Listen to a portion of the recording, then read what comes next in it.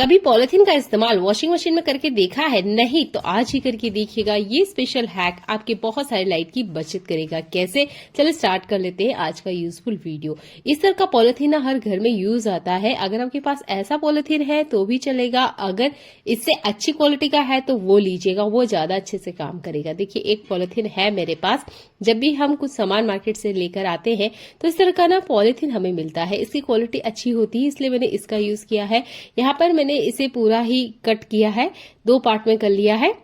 आप चाहे तो 3-4 पार्ट में भी कर सकते हैं। मुझे 2 ही पार्ट की जरूरत है, यानी कि 2 पॉलिथीन का जरूरत है। अब इसे हम वॉशिंग मशीन में कैसे इस्तेमाल करेंगे ये बहुत स्पेशल है।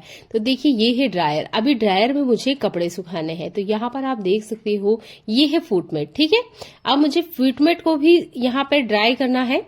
जैसे कि मैं आपको 2 फुटमेट डाल के दिखा रही हूँ। ठीक है, आप 2 फुटमेट के साथ मैं चाहती हूँ कि और कपड़े इसके अंदर डालूं, पर मेरी इच्छा नहीं है। ये ही किचन डस्टर, मैं नहीं चाहती कि फुटमेट की जो स्मेल है वो मेरी किचन डस्टर में आए। ये किचन की जो डस्टर है उसमें किसी तरह का फुटमेट का कोई भी डस्ट या पार्टिकल आए। तो मैं क्या चाहती हूँ कि इसे सेपरेट करूं। इसके लिए आप इस पॉलिथीन का यूज कर सकते हैं। देखिए मैं इस तरीके से आपको लगा के दिखा रही हूँ। अब आपने क्या करना है, ये जो किचन डस्टर है ये डाल देना है। अब किचन के 2 डस्टर सुखाने के लिए मैं अलग से वॉशिंग मशीन तो नहीं चालू करूंगी, इससे लाइट की खपत होती है। तो आप 2 डस्टर या 3-4 जो भी है वो इसके अंदर डाल सकते हैं। अब मेरे पास ये एक बच्चे का टॉवेल है, अब मुझे इसे भी ड्राई करना है। अब किचन डस्टर की स्मेल इसमें आ जाएगी अगर मैं डायरेक्ट इसके ऊपर ही डाल देती हूँ। कॉमन सी बात है कि ये चीज होगी ही होगी, पर अगर 2 ही कपड़े हैं, कम कपड़े को आपको ड्राई करना है, अलग अलग तरह के कपड़े हैं, तो आप क्या कीजिए, ये वाला जो पॉलिथीन है इसका यूज कर सकते हैं। तो देखिए फिर से मैंने यहाँ पर एक लेयर और लगा दी है। ये देखिए कुछ इस तरीके से लगाना है। अब ये जो बच्चे का टॉवेल है ये भी मैंने डाल दिया है। मैंने 3 तरह के कपड़े इसमें डाल के आपको दिखाया है। अब आपने क्या करना है, वॉशिंग मशीन को बंद कर देना है, जैसे मैंने बंद किया है। अब आपने ड्रायर को चालू कर देना है। तो आपने ड्रायर को अगर ध्यान से देखा होगा तो इसमें काफी सारे होल होते हैं, छेद होते हैं। इससे कोई दिक्कत नहीं है कि आपका कपड़ा ड्राई नहीं होगा पॉलिथीन की वजह से, ऐसा कुछ नहीं होता है। आपका जो कपड़ा है बहुत अच्छे से ड्राई हो जाएगा और जो कपड़ों की स्मेल है वो एक दूसरे के अंदर नहीं जाएगी। किचन डस्टर को आप कितना ही क्लीन क्यों ना कर ले, वो टॉवेल इतना तो क्लीन नहीं होगा। और अगर आप फुटमेट को क्लीन कर रहे हैं तो वो भी इतना क्लीन नहीं होगा कि वो टॉवेल इतना क्लीन हो जाए। ठीक है, अगर पूरी तरह से बैक्टीरिया हट भी गए होंगे तो बैड स्मेल रहती ही है। तो इस तरह के कपड़ों को एक साथ आपको ड्राई करना है तो आप इस पॉलिथीन का यूज कर सकते हैं। मैंने बहुत बार करके देखा है, उसके बाद ही ये हैक मैंने आपको करके बताया है। तो 3 तरह के कपड़े मैंने एक साथ आपको ड्राई करके दिखाए हैं। उम्मीद करती हूँ ये वाला हैक आपको बहुत ज्यादा पसंद आएगा। आप चाहें तो इस पॉलिथीन को क्लीन करके फोल्ड करके वॉशिंग मशीन के अंदर रख सकते हो। जब भी आपने कपड़े ड्राई करना है इस हैक को आप अप्लाई करके देखिएगा, बहुत अच्छे से आपके कपड़े ड्राई हो जाएंगे और एक साथ आप 3 से 4 तरह के कपड़ों को ड्राई कर सकते हैं। मैंने इसे करके देखा है, मेरे लिए ये टिप बहुत ज्यादा यूजफुल है, क्योंकि रेनी सीजन में ना ये कपड़े सूखते ही नहीं है, टॉवेल भी नहीं सूखता है, किचन डस्टर में भी बहुत ज्यादा दिक्कत होती है सुखाने में, क्योंकि डेली ही ये इस्तेमाल होते हैं और इसी तरीके से हमारे फुटमेट भी गीले ही रहते हैं। तो इन्हें सुखाने के लिए आप इन पॉलिथीन का बराबर यूज कर सकते हैं। देख लेते हैं अगला यूजफुल हैक। ये जो आलू होता है ना, आपने देखा होगा अगर हम इसे ऐसे ही फ्रिज में रख दे तो ये काला हो जाता है। आप क्या कीजिए, इसमें 1-2 बूंद नींबू के डाल दीजिए। इससे क्या होगा, जो आपका आलू है काला नहीं होगा। आप इसमें थोड़ी देर पानी डाल दीजिए। अगर आपके पास यहाँ पर नींबू नहीं है तो आप नमक का भी यूज कर सकते हैं। इससे जो इसका मीठापन है वो भी निकल जाता है और ये काला नहीं होगा। ठीक है, आप इसे छोड़ दीजिए। अगर 2 टाइम बाद भी आप इसे बनाओगे तो ये बिल्कुल काले नहीं होंगे।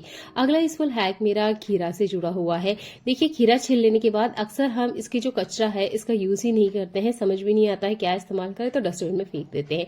देखिए कितनी भी सावधानी क्यों ना रखें, अगर किचन में थोड़ा सा भी फूड पार्टिकल रह गया है या थोड़ा सा भी खाना इधर उधर छूट गया तो आप देखोगे चींटी की ना लाइन लग जाती है। अब इन चींटियों को भगाने के लिए मैं एक छोटा सा ही आपको हैक बता रही हूँ। तो ये देखिए थोड़ा सा फूड पार्टिकल है और इसके ऊपर भी ना आप देखोगे ढेरों चींटियों की लाइन लग जाती है। तो चींटियों को भगाने के लिए रामबाण नुस्खा है। आप क्या कीजिएगा कि जब भी आप खीरा छिलते हो तो खीरे के ये जो छिलके होते हैं इसमें काफी सारा लिक्विड होता है। इसे आपने इस तरीके से जहां पे लाइन बनाती है चींटियां वहां पर डाल दीजिए। ये देखिए मैं डाल के दिखा रही हूँ आपको। इस तरीके से लाइन से आपने लगा देना है। आप इस तरीके से लगा दीजिए, आधे घंटे के लिए छोड़ दीजिएगा। इसके बाद आप देखोगे यहां से कभी ना आपको चींटी निकलते हुए नहीं दिखेगी, क्योंकि इस ककड़ी के अंदर जो रस होता है वो चींटियों की स्किन पे एलर्जी करता है। ये हमारी स्किन के लिए ठीक है, पर ये चींटियों की स्किन को एलर्जी करता है, उन्हें काफी तकलीफ होती है, जिसकी वजह से चींटियां यहां से निकलना बंद कर देंगी। बस आपने यहाँ पर कोई केमिकल या किसी तरीके से पानी से इसे नहीं धोना है। अगर आप धो दोगे तो फिर से आपको ये टिप करनी पड़ेगी।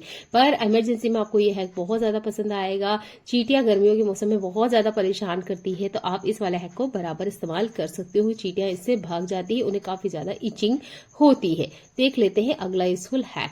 मैं एक चीज के लिए हमेशा परेशान होती हूँ, वॉशरूम में जब भी मुझे कपड़े धोना हो या बच्चों को नहलाना हो, तो ये जो साबुन वगैरह होते हैं ना, इन्हें खोलने में मुझे बहुत दिक्कत होती है। अब थोड़ी देर पहले ही मैंने कपड़े धोए और एक साबुन मुझे इसमें से निकालना था। अब मैंने अपनी पूरी ताकत लगा दी, फिर भी ये जो साबुन है खुलने का नाम ही नहीं ले रहा था। जैसे तैसे गुस्से में मैंने एक साबुन को खींच तान के निकाल लिया, पर मुझे इतनी ज्यादा इसमें ताकत लगानी पड़ेगी, उसके बाद मुझे बहुत ज्यादा इरिटेशन हुई।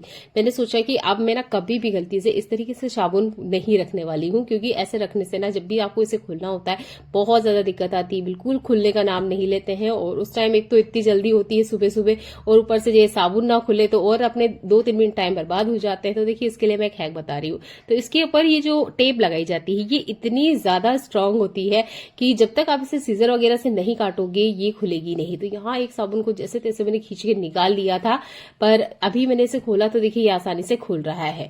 तो देखिए, आपको भी ये दिक्कत ना हो इसके लिए ना आप ये छोटा सा हैक अप्लाई कर सकते हैं कि जब भी आप इस तरह के साबुन लेकर आते हैं, वॉशरूम में रखने से पहले आपने कैंची का इस्तेमाल करना है। आपने क्या करना है, कैंची लेना है और इसको कुछ इस तरीके से काटना है जैसे मैं आपको दिखा रही हूँ। तो पहले मैं आपको कपड़े धोने वाले साबुन कट करके दिखाऊंगी, क्योंकि ये जो साबुन है ना, मेरे यहाँ तो 20 दिन में खत्म हो जाते हैं, मतलब महीने भर में ये खत्म होना ही होना है, जैसे तैसे भी, क्योंकि कपड़े रोज धुलते हैं। तो देखिए, इसको मैं कट करने का तरीका बता रही हूँ। आपने क्या करना है, सीजर लेना है और बीच में से आपने इसको इस तरीके से काट देना है। ये देखिए, इस तरीके से काटने के बाद ही आप इसे रखिए, ठीक है, जैसे मैं आपको दिखा रही हूँ। बिल्कुल आप इस तरीके से काट दीजिएगा। चाहे तो आप साइड में यहाँ पर एक कट भी लगा सकते हैं। ये देखिए, एक कट मैंने यहाँ लगाया, फिर से मैं दूसरे साबुन पे भी एक कट लगा रही हूँ और ये तीसरे साबुन पे भी। इससे क्या होगा कि आपका 1 सेकंड भी बर्बाद नहीं होगा और जो ये साबुन है बहुत आसानी से बाहर निकल के आ जाएंगे। आपको ज्यादा मेहनत नहीं करनी पड़ेगी, क्योंकि आज मैंने इस चीज को करके देखा और मुझे काफी ज्यादा दिक्कत हुई कि सच्ची में ये बिल्कुल नहीं खुलते हैं। सेम इसी तरीके से जो नहाने वाले साबुन होते हैं, इसके लिए भी आपने करना है। आपने क्या करना है, सीजर लेना है और कुछ इस तरीके से काटना है जैसे मैं आपको दिखा रही हूँ। इससे क्या होगा कि जो टेप का एंड पॉइंट है वो मिल जाता है। जब टेप का एंड पॉइंट आपको मिल जाएगा तो निकालने भी आसानी होगी। ये देखिए, कुछ इस तरीके से मैं यहाँ से कट कर रही हूँ।